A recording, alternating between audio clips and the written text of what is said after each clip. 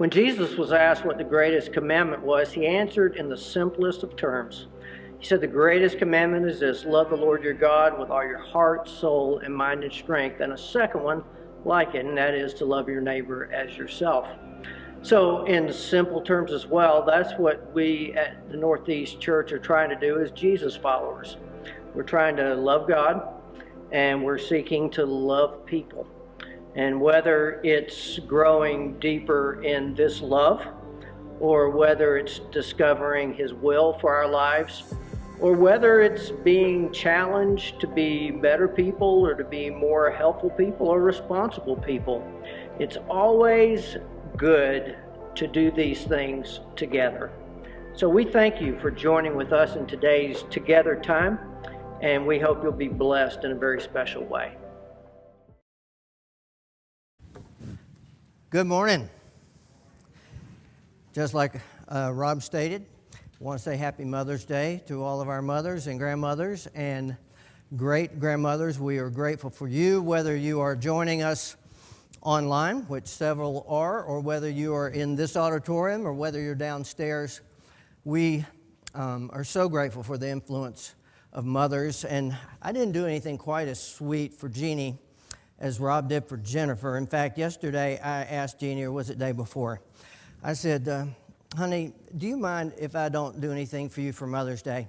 And she said, no, I don't mind. So now you may say, why is that? Well, number one, she's not my mother, all right. And number two, things have been going in such a direction that once the kids got out of the home, the Mother's Day kind of shifted. But Jeannie has always known every moment of every day that I'm grateful for her, not only as my wife, but as the mother to our children and a great grandmother to our grandchildren. And so what Rob was talking about is so very true. And in fact, thinking about the influence of God and who God is, He says to His children in Isaiah 66, I will extend peace to her like a river, and the wealth of nations like a flooding stream. You will nurse and be carried on her arms and dandled on her knees. As a mother comforts her child, so I will comfort you, and you will be comforted over Jerusalem. I think a lot of times we think of, in describing God, it's certainly proper and biblical to say He and to talk about God as our Father. But when God made creation, He created male and female and created both male and female in His image. And that doesn't mean God is spirit, but there are qualities that we read about in the Bible that are maternal-like qualities, even in God Himself. And so every year we celebrate children and we celebrate mothers and the care they have for their children. And this year is no exception, because we're going to show the video of the new arrival since last Mother's Day, and I encourage you to just watch this. As you watch these beautiful children, give thanks for your children. You children, give thanks for your mothers and your grandmothers and all the people who've been an influence in your lives. Let's view the video.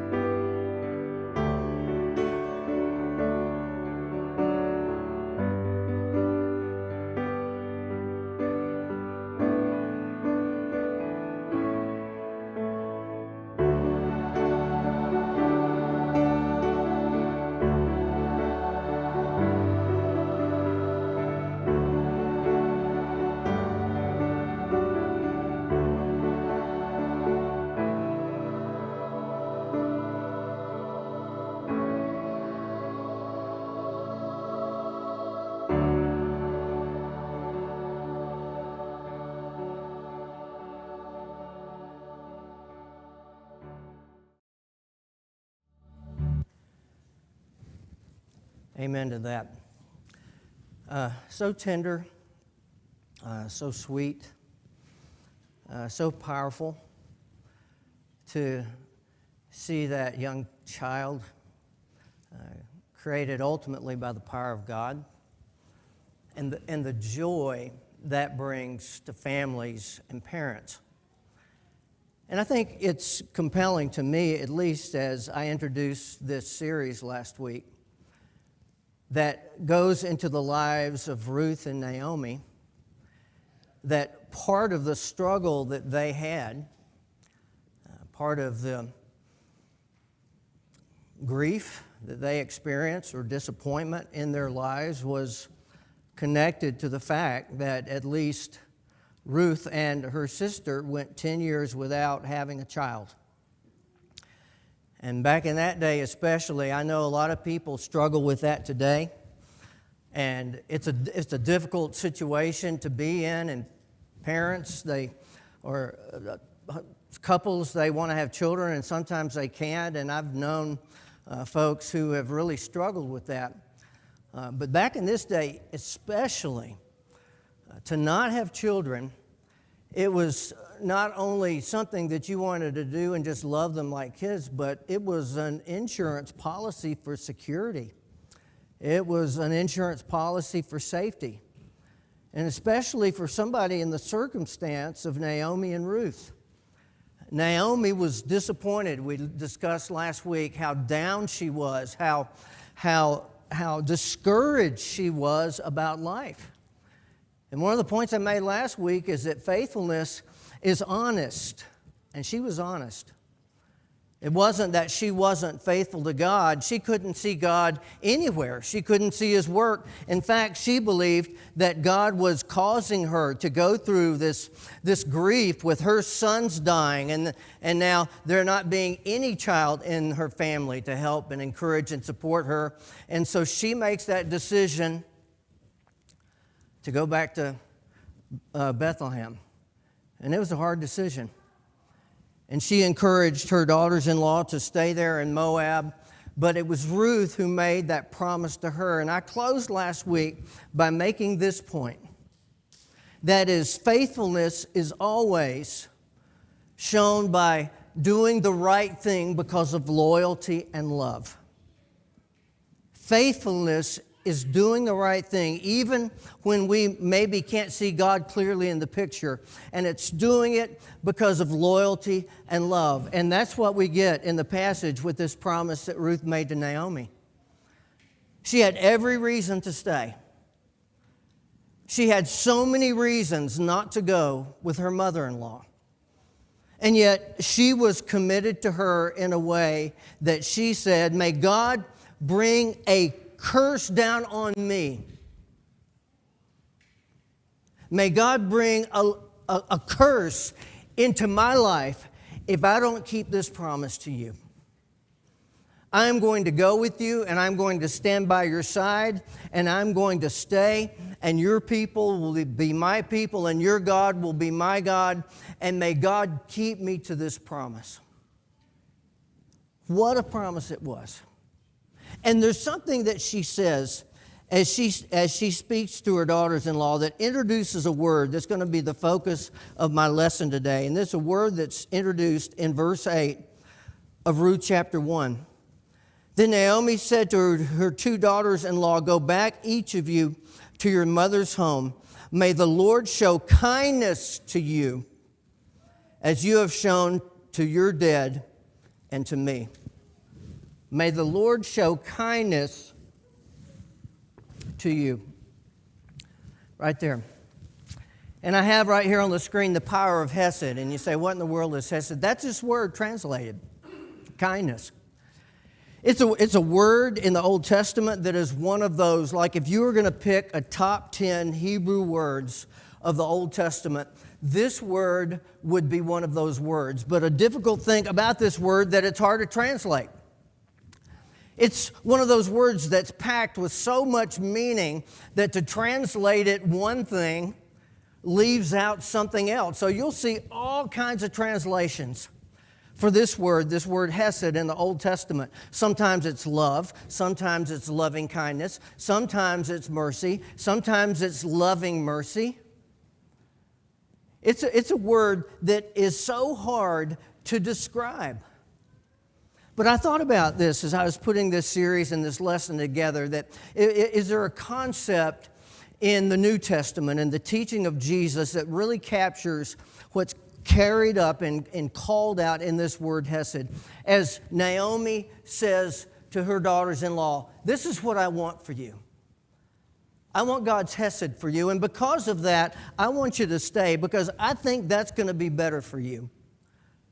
Ruth, out of her love for her daughters-in-law, says, even though it would have been in her best interest for somebody to go with her, she says stay because she wants to put them first.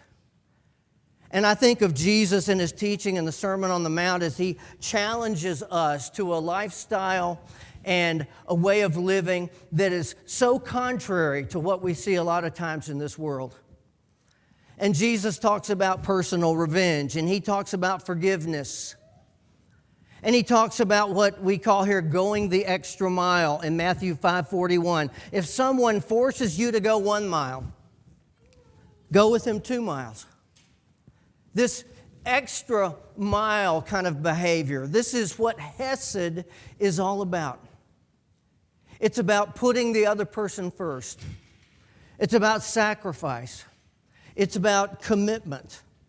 It's about doing something for someone else, even though they may not necessarily deserve it. As a matter of fact, it's a lot like our word in the Greek in the New Testament, agape. That's a tough word to translate too, because agape says a lot.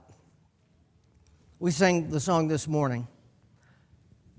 The steadfast love of the Lord never ceases. Steadfast love. That's a translation of this word, hesed. And when those words were spoken by the prophet Jeremiah in the book of Lamentations, they were struggling. They were hurting. They were suffering consequences, just like Naomi was feeling in her life and couldn't really see God clearly. Couldn't even see God on her blind side. And I appreciate, as I mentioned last week, Naomi's honesty before God. As I said, you can't be faithful without being honest because God already knows. And being honest is a step toward moving in a direction that will help us get to where God wants us to be. But God wants us to understand, first of all, that He is committed to us. And that Naomi, while she may have been struggling with the question, where is God in this? Is God faithful? Does God keep His promises? God says yes. And in the midst of a nation, as Jeremiah preached, that was struggling and was under captivity and suffering consequences for sin, he says this, in the midst of all that, God's steadfast love never ceases. It's there. God goes the extra mile for us. God goes above and beyond what we deserve, even though we may not always feel it. That kind of commitment, it is so contrary in a lot of ways to just culture in general. I mean, culture is, in a lot of ways, it's about me. I mean, you think of a word that has been coined over the last 20 years. I mean, 20 years ago, did the word selfie even exist? Selfie? Could you find it in the dictionary? It wasn't there. In fact, I've wondered, I don't take very many selfies. I'm going to take a selfie of myself right now. There you go. I just took a selfie right here while I preached. Selfie. It's all about selfie. It's all about self. How many of you have taken a selfie? Come on, be honest. Raise your hand really high. How many of you have taken a lot of selfies of yourself? Huh? Your photo library maybe is full of them. But to me, whether you've done that or not, and you can take a selfie, that's no big deal. It's an illustration of something deeper and more profound. It's an illustration and a challenge to us to go beyond what might be expected or what might be the bare minimum in terms of our relationship with other people or what we do for others. I have songs that I listen to on my own playlist, but occasionally, as I told you before, I just listen to random playlists. And so about a month ago, I was struck by the words of this song by someone I had never heard of. Her name is Ivory Lane. And it's a sweet little song with a sweet little tune. But the words to the song, and I'm not going to read all of them, go like this, and I'm certainly not going to sing it. It says, I'm losing focus. I'm losing sleep. Because the only thing that matters is me. I'm feeling hopeless and out of sync because the only thing that matters is me. In my solar system, I'm the sun. I don't see the need in anyone. I am my best friend and enemy because the only thing that matters is me. I'm super selfish. I steal the scene because the only thing that matters is me. I bow and worship my thoughts and dreams because the only thing that matters is me. But then she says something in this song that strikes me. I'm the danger crying help. I'm a hazard to my health. Yeah, I'm strung out on myself. I'm strung out on myself.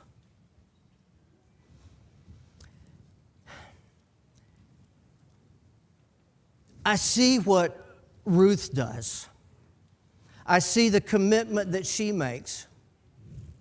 I see what she does in terms of her actions when she goes out to glean in a field once they return to Bethlehem. And let me read it for you real quickly here. It says, Now Naomi had a relative on her husband's side from the clan of Elimelech, a man of standing whose name was Boaz. And Ruth the Moabitess said to Naomi, let me go to the fields and pick up the leftover grain behind anyone whose eyes I've found favor.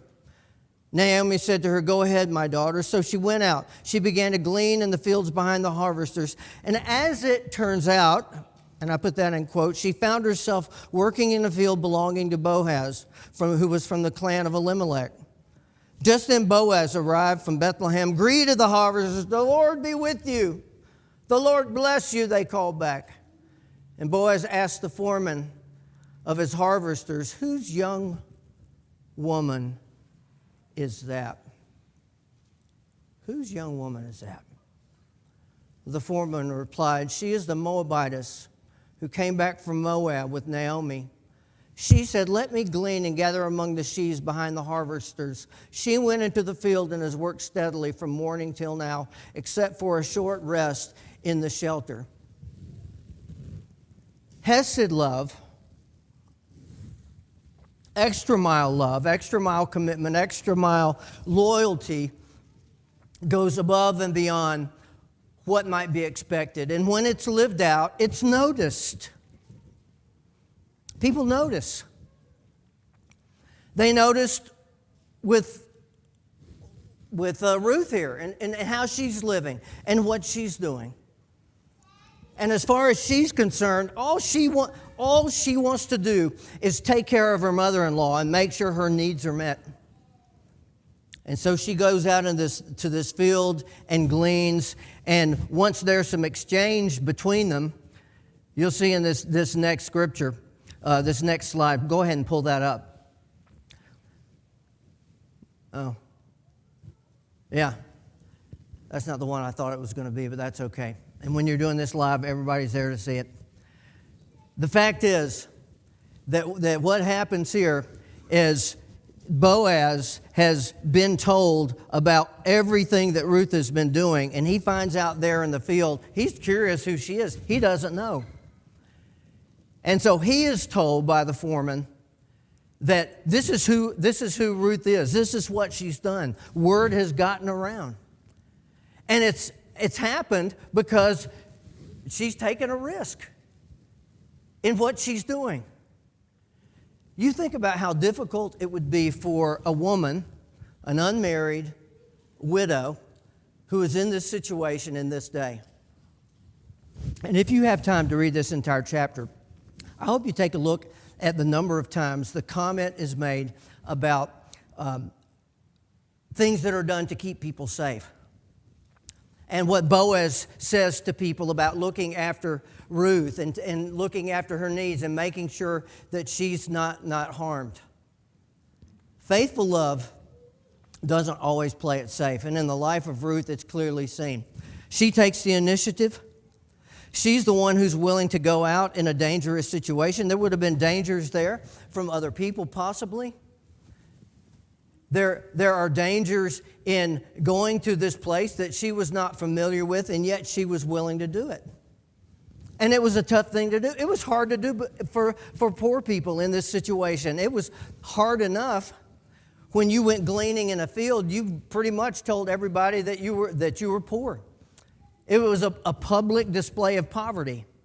And gleaning back in this day, the gleaning laws that existed were for the protection and to provide for those people who were the neediest and the most vulnerable of the people who lived back in this day. So the gleaning law said, when you harvest your fields, don't harvest the very edges of the fields or the corners of the fields, so those who are poor or aliens or widows or others who have needs, they can follow behind and gather there. But that brings to mind this question: what role does Boaz play in all of this? And why does he react the way he does? What's the payoff? You think of what a landowner back in this day may have done, and it was up to them to decide how much of that field they would leave. That wasn't specified in the law. So as a landowner, as someone who had crops that were harvested, and this was during the harvesting time, I mean, you could be as stingy as you wanted to be. You had to leave some of that as the people went through and they gleaned in the fields and they cut the sheaves of wheat or the barley or whatever it was. The female workers would usually follow behind the servants, and then they would take that grain and put it into bundles. And the gleaning law says, look, when you do that, don't pick up every little sheath that may fall to the ground. You just keep on harvesting so those who are poor can be provided for. But back in this day, it was a hand-to-mouth existence. It wasn't like you would go out gleaning in a field. There was a chance that you might not be able to glean enough to have enough for a day or two. It was a hard, difficult existence. But Ruth is willing to do it because she cares for Naomi and she wants to make sure she's provided for. It's amazing when you think about it. You think about how Naomi must have felt.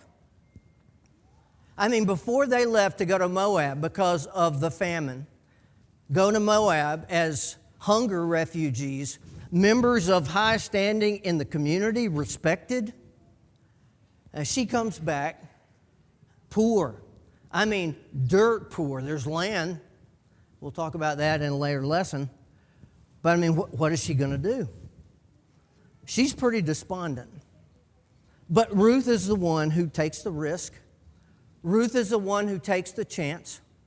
Ruth is the one who does what's not necessarily easy. But I'll tell you right now, if you've read this chapter this week, you know there's a payoff. There's a payoff for her. In fact, Boaz talks about it when he speaks to her later, and that's the next screen, I'm pretty sure. No, that was the one. No, go back to that one. Yeah. Notice what Boaz says to her. He says to her, "May the Lord repay you for what you've done. May you be richly rewarded by the Lord, under whose wings you have come to take refuge." So he's seen the Hesed love in Ruth. He has seen what she has done.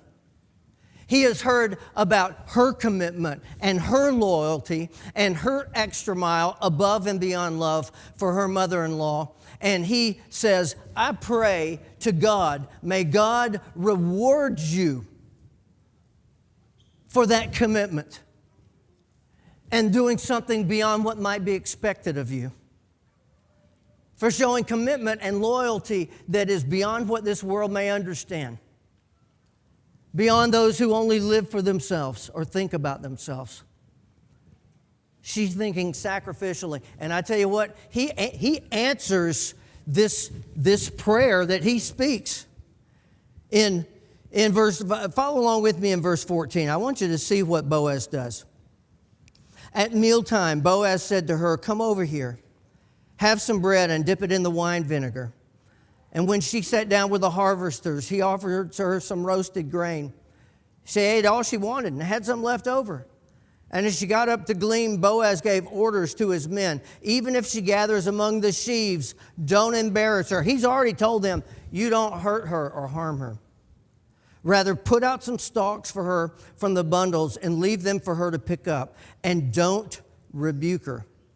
So Ruth gleaned in the field until evening, when she threshed the barley she had gathered, and it amounted to an ephah. Now, there's some discussion among some scholars as to exactly what amount this might be. But an ephah is probably about 27 to 29 pounds. I want you to stop there for a second and think about what he does and about where she is. I mean, she's vulnerable, but I tell you, she is bold. She is bold in making the request, and some scholars believe the request that she made is above and beyond perhaps what some gleaners might request. I don't know about that, but the fact is she asked and she worked and was vulnerable. That speaks a lot about her.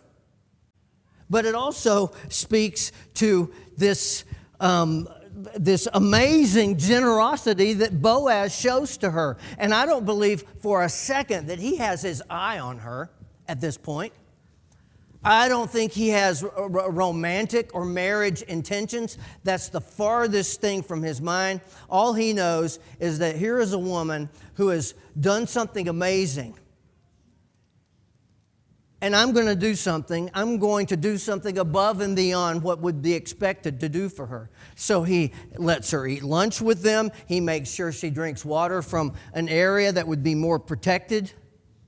He tells her to stay with his servant girls as they do their work. He even invites her to sit down and eat lunch with them and gives her enough for lunch on that day so that she had leftovers. He guaranteed her success. I'm not saying that she would have gone home with nothing. She would have gone home with enough for them to eat that day, perhaps, or maybe the next day. I don't know. But he ensured that she and her mother-in-law would receive way beyond what might be expected, but maybe a half a month's wages for the average laborer. 29 pounds of grain. Is there a payoff? Yeah, there's a payoff. But we don't always see it immediately. Certainly, as Naomi and Ruth are struggling the way they did, as we look at what's happened in their life so far, they're not always seeing the payoff. They're not always necessarily seeing God in their blind side. Naomi is still despondent. She is still struggling. She still considers herself Mara, bitter. Life's been hard. But she never abandons faith. Never abandons faith. In fact, Boaz goes so far with his workers that he tells them, as she follows you, I want you to pull out some stalks from those sheaves and just leave them there so she can pick them up. Above and beyond what might be expected. Talk about extra mile hesed for somebody else. But how does this look to you? And how does this look to me? In practical terms, how do we express hesed love, extra mile, above and beyond action in our lives that demonstrates this to others? Well, we do it in our relationships. I know of marriage situations in the past with people I know who had unfaithfulness within their marriage bond and marriage relationship. And I guess if you look at it from a scriptural, biblical standpoint, Jesus talks about unfaithfulness as a valid reason to get a divorce. And sometimes that's necessary and it happens. But I also know of situations where there's been terrible things done in relationships. Terrible hurt in relationships. But because one or both parties in that relationship was committed to making it work through thick and thin, no matter what, something amazing was accomplished. In fact, sometimes it's just hard to forgive. Jesus says if someone compels you to go 1 mile, go 2 miles. The Roman soldier who could tell a Jewish individual to take my backpack and take my supplies, and they were forced by law to go 1 mile, and sometimes that was very heavy. You don't think they resented that? So Jesus says, look, if you're in a situation, you carry it 1 mile and you go above and beyond what they ask you. You never know how that might influence somebody. I think of the commitment we have to our children, and I think of the expectations we have for our kids. And they ought to be there. We ought to hold up high expectations for our children, and we ought to encourage them and work with them in a way that holds them accountable in growing and developing and being the people that they need to be. But at the same time, so when we're disappointed or they don't meet our expectations or let us down or make terrible mistakes, those kids, they've got to always know whatever you've done, however you've blown it, whatever misery this action or this attitude or whatever it is may have caused in the family, I want you to know that I am committed to you as your parent through thick and thin. That doesn't mean they don't suffer consequences. That doesn't mean that sometimes we ought to display tough love. Sometimes we should. But they know we're committed no matter what. I think it's just things we do around here. What's our attitude about our involvement with our church family, the things we do? I mean, yesterday we had a work day, and we came together and we did some work, and we tidied up this place, and mulch was put down, and different things were done. And I had a conversation with one of the young ladies who was here, and she just made the comment. She said, Saturdays are usually reserved for me for, that's my day that I get my things done, I get rest, my week's real busy. But she said, I thought, I need to do this. Felt convicted to do that. But I don't want any of us to feel convicted to do anything just because, and she certainly didn't have this attitude, just because, the church has activities and we want to be more religious and we want to sign up for those activities. I mean, the people who came here yesterday and worked in Workday, we were doing it. They were doing it because they want this place to look better when members or guests come, and we want to reach more people for Jesus. And when somebody comes here, they're affected by what they see. It's about other people.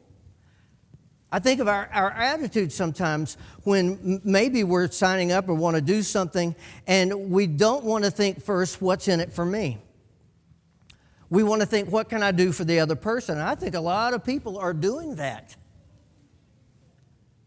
Not just how can it help me, how can it benefit me, but how can it bless and help somebody else. We have food and fellowship groups starting in June. We have sign-ups for that.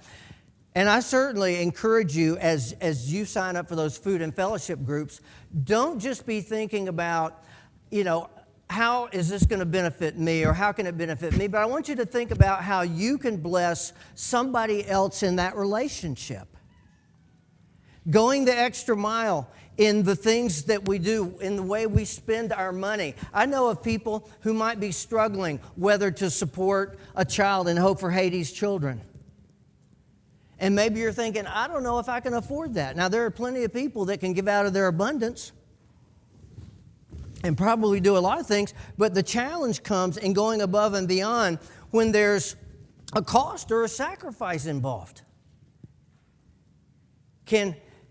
What benefit is there for me or you when we go to City Gospel Mission and we feed those people and sit down at the tables with those people who are homeless and trying to get back on their feet? What can they do for me? Well, they can't do much for us, except there is a sense that when we're involved in anything that involves time or sacrifice, there's a satisfaction in knowing that doing that, I am reflecting the image of God as one who is committed to me, to us, in a hesed kind of way, no matter what. And then we reflect that in the things we do for others. And it's not always easy. Sometimes it's hard. You teenagers, you know what it's like at school sometimes. I remember what it was like. I don't know if it's changed that much, but there are always people who are the people who are unpopular, or the outcast, or those that people don't want to have much to do with. And it's especially, at least when I was growing up, it was highlighted in the lunchroom. And then at this table over here, you had the jocks and the athletes that would sit together, and maybe they would sit with the cheerleaders, and maybe over in this group, here's the band people, and they all kind of hung together, and then this group or that group. You remember the ones that were they just never kind of fit in anywhere. It's easy to take a seat and be with people you're comfortable with. It is. It's hard when God challenges you to stretch your comfort zone. And maybe even in that situation in the lunchroom, you get up, you go sit with that person who's sitting by themselves and they look lonely. That's risky though, right? What are people going to think? Are they going to criticize me for doing that? I think about Ruth. She just did what she did because of a committed, loving loyalty to Naomi. There's risks, there's danger that could be there, but she chose not to play it safe. There are so many ways. Some of them don't involve as much risk as others. Some of them might involve a financial commitment. Others might involve some other kind of stretching ourselves beyond our comfort zone. But when we do that, we can be sure, and we do it in the name of God to glorify Him and not ourselves, that we will be rewarded and we will bless others as we do that. Ruth comes home with 29 pounds of grain. And you can imagine, this just absolutely blows Naomi's mind. She is dumbfounded at what happens. What happened? How did this happen? What field did you work at? Where did you glean today? Where did you work? Blessed is the man who took notice of you. And listen, I already mentioned this last week. Culturally, in that day and time, there is no way somebody like Ruth is going to be able to bring home that much grain in the context and culture of that day without someone having that kind of influence. And Naomi recognizes it. Ruth told her mother-in-law about the one at whose place she'd been working. The name of the man I work with today is Boaz, she said. And then in verse 20, it says, "The Lord bless him," Naomi said to her daughter-in-law. "He has not stopped showing his kindness to the living and the dead." And then she added, "This man is one of our close relatives. He is one of our kinsman redeemers." 3 times in the book of Ruth, this word occurs. Hesed. Hesed. Same word in the steadfast love of the Lord never ceases. 3 times. It's a key word in Ruth, but it just occurs 3 times. The second time it occurs is when Ruth comes home with what she has, and Naomi is revived. She sees things differently. Hope is regained in her life. And while she may have not been seeing God's hesed, God's love, God's commitment in her front side or her blind side, it was there all the time. But it took what Ruth did, and then it took what Boaz did and his commitment and his hesed loyalty and love to bring Naomi back to a point now, and we'll see this in 2 weeks, that she feels invigorated now to go to bat for her daughter-in-law. And she will. Whatever the time, whatever the effort, whatever the commitment, whatever it is you do, whether it's in relationships or the way you use your money or how you may support a mission work. Today is Mission Sunday. A lot of that money goes to people who are destitute and in need. Whatever that commitment may be, you can know, given with the right motives, it's going to bless somebody, and it may revive their hope in God. Think about it this way. You are an agent of God's hesed, God's loving loyalty. Where is God calling you? God uses you to revive hope, and God, even though sometimes we don't see it, sometimes we struggle, You may be where I was talking about Naomi last. You may be right where Naomi was last week. You may be hanging on by a thread. You don't see where God's fitting in this picture. You may not see where God's working in this story, but He is. He is. Ruth and Naomi endured many, many years of difficulty. But God's steadfast love never ceases.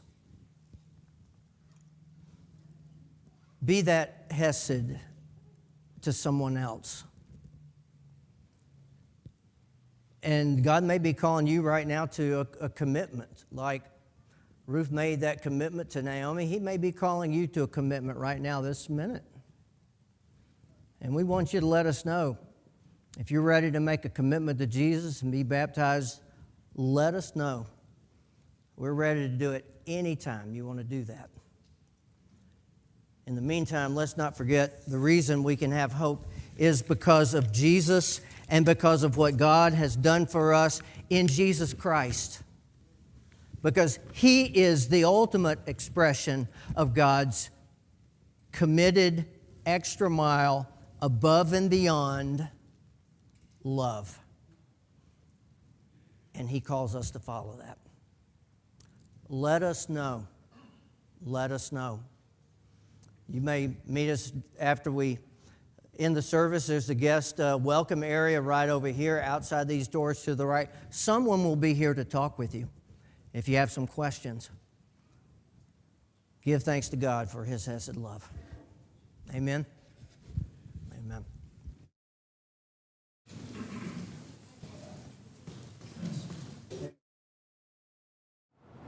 There's an old hymn that speaks to our desire for you as we say goodbye to you today and thank you for being with us. It says, God be with you till we meet again.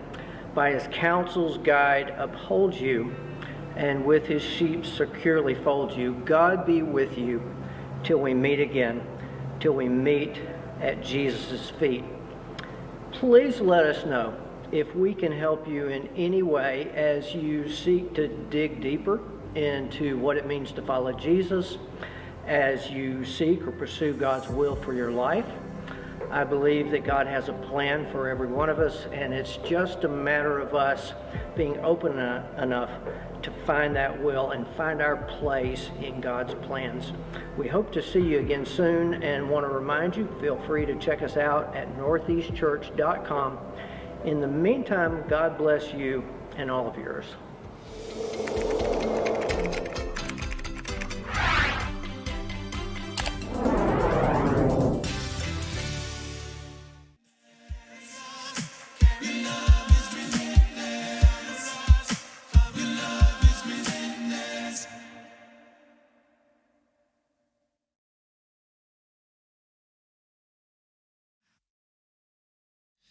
How great the chasm that lay between